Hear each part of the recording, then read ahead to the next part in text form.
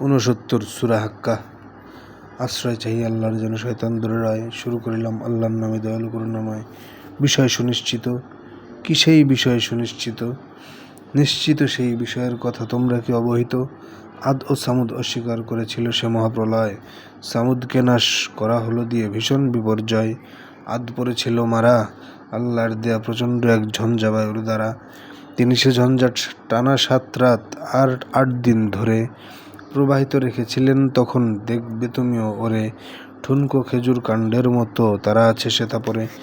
তাদের মধ্যে কাউকে তোমার আজও কি পড়ে নজরে? ফেরাউন তার পূর্বসূরীও উল্টানো জনপদ, পাপাচারে রত হয়েছিল তারা, তাহারাও ছিল বদ। তাদের রবের রাসূলের সাথে অবাধ্যতার ফলে আল্লাহ তাদের কঠোর থাবায় আনলেন করে দলে। যখন জলোচ্ছ্বাস হলো, পানি হারালো নিয়ন্ত্রণ, তোমাদের আমি করিয়েছিলাম নৌযানে আরোহণ। ইহাকে করেছি আমি তোমাদের শিক্ষার উপাদান, যেন ইহা সংরক্ষণ করে শ্রুতি ধরো যত কান। সিংহায় যবে ফুঁক দেওয়া হবে একটাই ফুৎকার, পৃথিবী এবং পর্বতগুলো উত্থিত হবে আর একটি আছড়ে হয়ে যাবে সব ধ্বংস ও চুরমার। সেদিন ঘটবে সে মহাপ্রলয়, সন্দেহ নেই যার।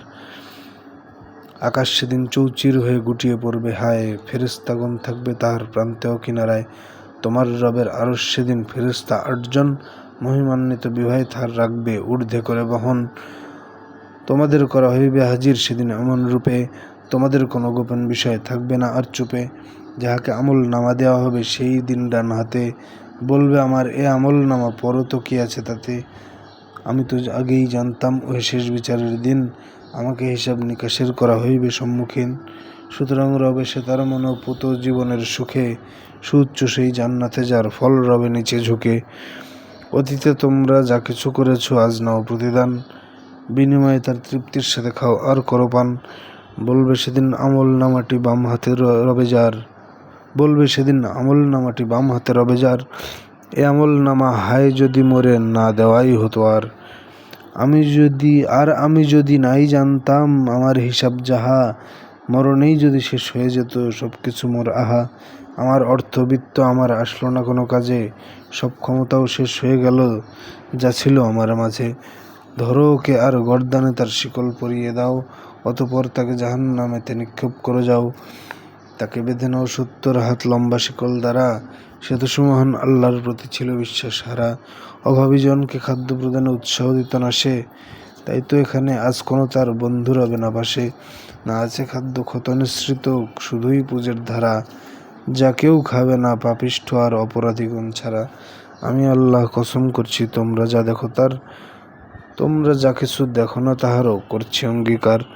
এই কুরআন 100 মহান বাহক আনিত বাণী, কবি কথা নয় কিন্তু তোমরা অল্পই নাও মানি, গণকেরও নয় কিন্তু তোমরা কমই করো অনুভব। ইহা তো নাজিল তার থেকে যিনি জগৎকুলের রব, সে আমার নামে মিথ্যা রচনা করিত যদি প্রচার, নিঃসন্দেহে আমি ডান হাত ধরিতাম চেপে তার। সে আমার নামে মিথ্যা রচনা করিত যদি প্রচার, নিঃসন্দেহে আমি ডান হাত ধরিতাম চেপে তার। অতঃপর তার জীবন ধমনী কাটিয়া দিতাম ওরে, তোমাদের মাঝে ছিল না তো কেউ তাহাকে রক্ষা করে। নিশ্চয়ই ইহা উপদেশ বাণী মুত্তাকিদের তরে, তোমাদের মাঝে অবিশ্বাসীও আছে কিছু আমি জানি, এরূপ কাফেরদের তরে ইহা আক্ষেপ দিবে আনি। নিশ্চিত রূপে জেনে রাখো তবে ইহাই সত্যবাণী, জপ হে তোমার প্রভুর নামের পবিত্র মালাখানি।